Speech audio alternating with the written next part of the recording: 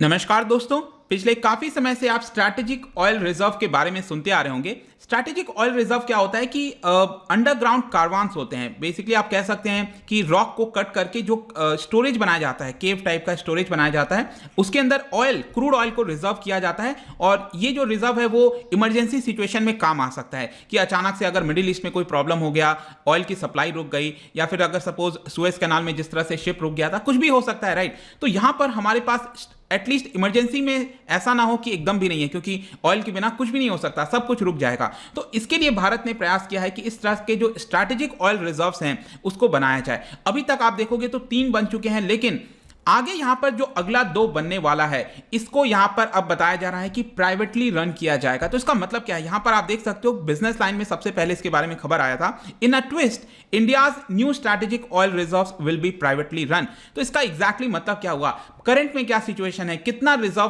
का हमारे पास जो अंडरग्राउंड रिजर्व है वो कितना है, इन सब के बारे में मैं आपको डिटेल से बताने वाला हूं। चलिए आगे बढ़ते हैं। अगर आप यूपीएससी की तैयारी कर रहे हैं तो इसके बारे में जितनी डिटेल है आपको डिस्क्रिप्शन में मिल जाएगी, आप हमारे ऐप को डाउनलोड कर सकते हैं।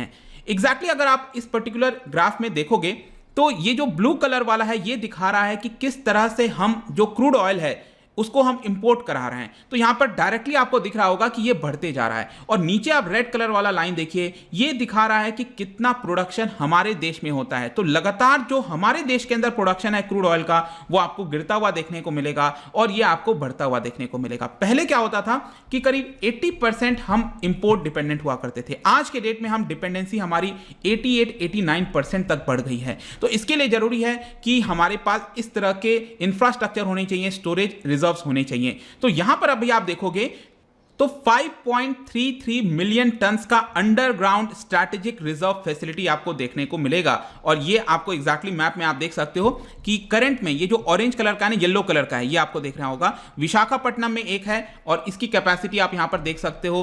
फिर दूसरा आपको पद्दूर में मिलेगा, ठीक है, येलो कलर का आप देखिए यहां पे, और जो कि कर्नाटका में है। और मैंगलोर में भी आपको देखने को मिलेगा जो कि अगेन कर्नाटका में है। तो करंट सिचुएशन में 2 कर्नाटका में है और 1 रिजर्व आपको विशाखापट्टनम में देखने को मिलता है। और इसकी जिम्मेदारी जो है, याद रखिएगा, बहुत इंपॉर्टेंट है, Indian strategic petroleum reserves limited, जो कि डायरेक्टली आता है मिनिस्ट्री ऑफ पेट्रोलियम के अंदर। उसी का एक ये पीएसयू है, आप कह सकते हो, पब्लिक सेक्टर अंडरटेकिंग, ठीक है। तो Indian strategic petroleum reserve limited के द्वारा ये सारे जो अंडरग्राउंड रिजर्व्स हैं उसको यहां पर देखा जाता है। लेकिन अब यहां पर क्वेश्चन क्या है, अब हम इसके बारे में क्यों पढ़ रहे हैं, तो देखो यहां पर बताया जा रहा है कि अगला जो 2 स्ट्रैटेजिक रिजर्व होने वाला है, इसका कंस्ट्रक्शन और ऑपरेशन काफी हद तक प्राइवेट के द्वारा देखा जाएगा। यहां पर जो सरकार है वो कुछ हद तक फाइनेंस करेगी, लेकिन ज्यादातर चीजें हैं जो हैं अब वो प्राइवेट के द्वारा देखा जाएगा।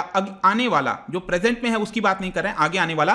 तो ओवरऑल आप कह सकते हो ये एक तरह का जो पीपीपी मोड होता है, पब्लिक प्राइवेट पार्टनरशिप मोड, उसके तहत किया जाएगा। ये जो 2 नए रिजर्व है ये उड़ीसा और कर्नाटका में आने वाले हैं। मैं आपको इसके बारे में और बताऊंगा। पहले क्या जो प्लान था ना, पहले ये प्लान था कि ये जो ISPRL है, Indian strategic petroleum reserve limited, इन्हीं के द्वारा ये वाला भी देखा जाएगा। पहला ऐसा सोचा जा रहा था, लेकिन अब यहां पर कहीं ना कहीं सरकार जो है वो अपना निर्णय चेंज कर रही है और इसको प्राइवेटली करने की बात कर रही है। यहां पर सरकार का यह कहना है कि हम चाहते हैं कि जो प्रेजेंट में 5.33 मिलियन टन्स की कैपेसिटी है रिजर्व की, इसको बढ़ाकर 11.83 मिलियन टन्स किया जाए, जिसमें ये जो 2 रिजर्व हैं वो काफी हद तक इसको सपोर्ट कर सकते हैं। यहां पर जो 2 रिजर्व की हम बात कर रहे हैं जो नए बनने वाले हैं, 47.8 मिलियन बैरल्स ऑफ क्रूड इसके अंदर आ सकता है। इनफैक्ट मैं आपको बताऊं तो इसका जो एक्सपेंशन का प्लान था, ये जो फेज 2 की आप बात कर रहे हो 3 बनने के बाद, जून 2018 में जो cabinet committee on economic affairs है उन्होंने अप्रूवल दे दिया था कि फेज 2 की तरफ हम आगे बढ़ेंगे। फेज 2 में क्या है कि 5.33 मिलियन टन से बढ़ाकर हमें इसको 11.83 मिलियन टन करना चाहिए, और इसकी सारी जिम्मेदारी ISPRL के द्वारा देखी जाएगी। और ये जो 2 रिजर्व हैं आपको मैं फिर से दिखा देता हूं। एक आपको मिलेगा चंदी खोले में, यहां पर आप देख सकते हो, और इसकी कैपेसिटी आप देखिए काफी ज्यादा है, it is around 4 million turns आपको देखने को मिलेगी। और जो दूसरा है वो भी पद्दूर में ही है, उडुपी के पास आपको मिलेगा पद्दूर जो है। तो यहीं पर दूसरा भी बन रहा है, पहला तो बना ही हुआ है लेकिन दूसरा भी आपको यहां पर बनते हुए देखने को मिलेगा। तो इसका ओवरऑल आप देख सकते हो कि ऑलरेडी 5.5 के आसपास था और 4 to 6 यहां पर 6.5 और बन जाएगा। तो ये और ज्यादा बढ़ने वाला है अगर ये दोनों यहां पर प्रिपेयर हो जाते हैं। और इसकी जो कॉस्टिंग है ये भी आप देख सकते हो। जो उड़ीसा के अंदर चंदी खोल है वहां पर 9,952 करोड़ का ये बनाया जाएगा, कंस्ट्रक्शन होगा। और कर्नाटका के अंदर ये जो पद्दूर है जो दूसरा वाला बनने वाला है, इसका कॉस्ट अराउंड 6-7 हजार करोड़ के आसपास आने वाला है। और ऐसा तो है नहीं कि सिर्फ कंस्ट्रक्शन का ही कॉस्ट आएगा, इसके अलावा यहां पर कोशिश ये की जाएगी कि इसके अंदर जो ऑयल डाला जाएगा वो सरकार नहीं डालेगी, वो यहां पर प्राइवेट इन्वेस्टर के द्वारा डाला जाएगा। और इसके अंदर आप देख सकते हो 47.8 मिलियन बैरल्स जो है आपका वो अंदर आ सकता है इसके। और इसका ओवरऑल कॉस्ट अभी प्रेजेंट में अगर हम देखें $73 पर डॉलर के हिसाब से और $69 पर बैरल के हिसाब से देखें तो इसका ओवरऑल कॉस्ट 24,000 करोड़ आने वाला है अगर हमें इसको फिल करना है। और इसका जो फाइनल डिसीजन है बताया जा रहा है कि बहुत ही जल्द जो cabinet committee on economic affairs है वो ले लेगी और उसके बाद यहां पर प्राइवेट प्लेयर्स को बुलाया जाएगा, बिडिंग के लिए बुलाया जाएगा कि आप आओ और कौन इसके अंदर बनाना चाहता है वो बिड कर सकता है। यहां पर क्वेश्चन ये आता है कि इससे फायदा क्या होगा, कवरेज कितना है। बेसिकली ये जो दूसरा वाला हम फेज बना रहे हैं जहां पर इसको बढ़ाया जाएगा, तो प्रेजेंट में आप देखोगे तो 74 डेज का कंजम्पशन हमारे पास रिजर्व में रखा है। अब ध्यान रखना, जब मैं रिजर्व की बात करता हूं तो यहां पर अंडरग्राउंड रिजर्व के साथ साथ जो कंपनीज हैं, ऑयल कंपनीज हैं, उनके पास भी तो प्रेजेंट में रहता है। उन दोनों को मिलाकर मैं यहां पर 74 डेज ऑफ कंजम्पशन कह रहा हूं। अगर आप ये वाला हटा दो जो ऑयल कंपनीज के पास है, उसको हटा दो आप और सिर्फ अंडरग्राउंड रिजर्व की बात करो तो कोई बहुत ज्यादा नहीं है। It is maximum around 14-15 days के आसपास ही बताया जाता है, लेकिन दोनों को हम मिलाकर 74 डेज सपोज मान लेते हैं। और ये जो दूसरा फेज बनाया जा रहा है इसमें फर्दर 12 डेज आप ऐड कर सकते हो, 86 डेज। मतलब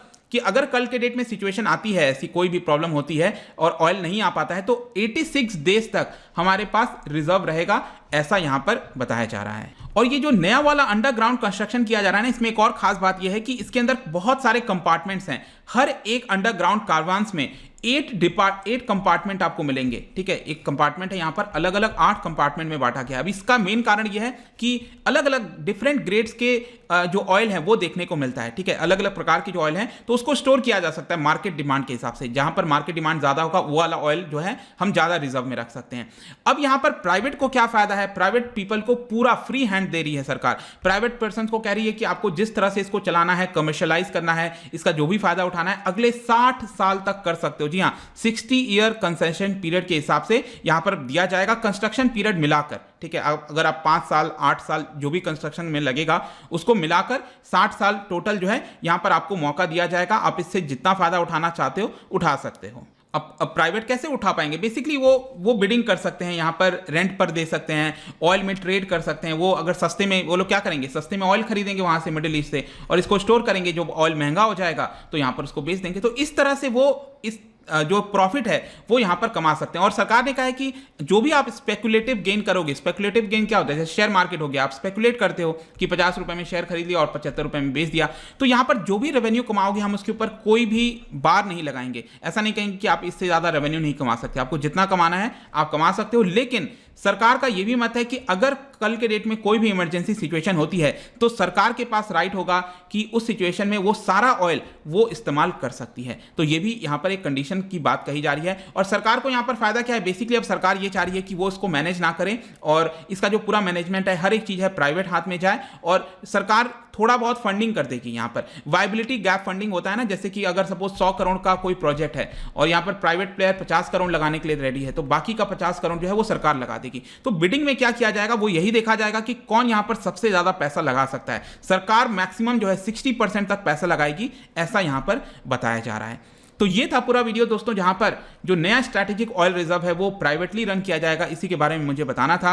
आई होप कि इसके बारे में काफी सारी चीजें आपको पता चली होंगी। जाने से पहले एक बहुत ही इंटरेस्टिंग क्वेश्चन, जो क्रूड ऑयल है ना, आपने देखा होगा वो डिस्टिलेशन प्रोसेस से गुजरता है, राइट। जो आपने रिफाइनरीज वगैरह देखी होंगी वहां पर डिस्टिलेशन प्रोसेस होता है। क्या आप मुझे बता सकते हो कि डिस्टिलेशन प्रोसेस के दौरान क्रूड ऑयल को कितने टेम्परेचर पर रखा जाता है, कितने टेम्परेचर पर हीट किया जाता है? और इसका जो राइट आंसर है आपको पता ही है, मेरे इंस्टाग्राम पर तो मिलेगा ही। अगर आप इंस्टाग्राम पर नहीं हो कोई बात नहीं, टेलीग्राम से ले सकते हैं इसका सही उत्तर। और मैं यहाँ पर कई सारे एमसीक्यूज यहाँ पर डालता रहता हूँ, स्टोरीज के फॉर्म में आप जाकर प्ले कर सकते हो। और बाकी भी अगर आप सोशल मीडिया पर जुड़ना चाहते हैं पीडीएफ के लिए तो यहाँ पर आपको सारी इन्फॉर्मेशन मिल जाएगी। अगर आप उससे इकोनॉमी पढ़ना चाहते हैं, यूपीएससी की तैयारी कर रहे हैं, तो इसके बारे में भी आप डिस्क्रिप्शन में सारी जानकारी ले सकते हैं। आई होप कि ये वीडियो आपको पसंद आया होगा। मिलता हूँ आपसे next time. Till then, thank you very much, see you soon.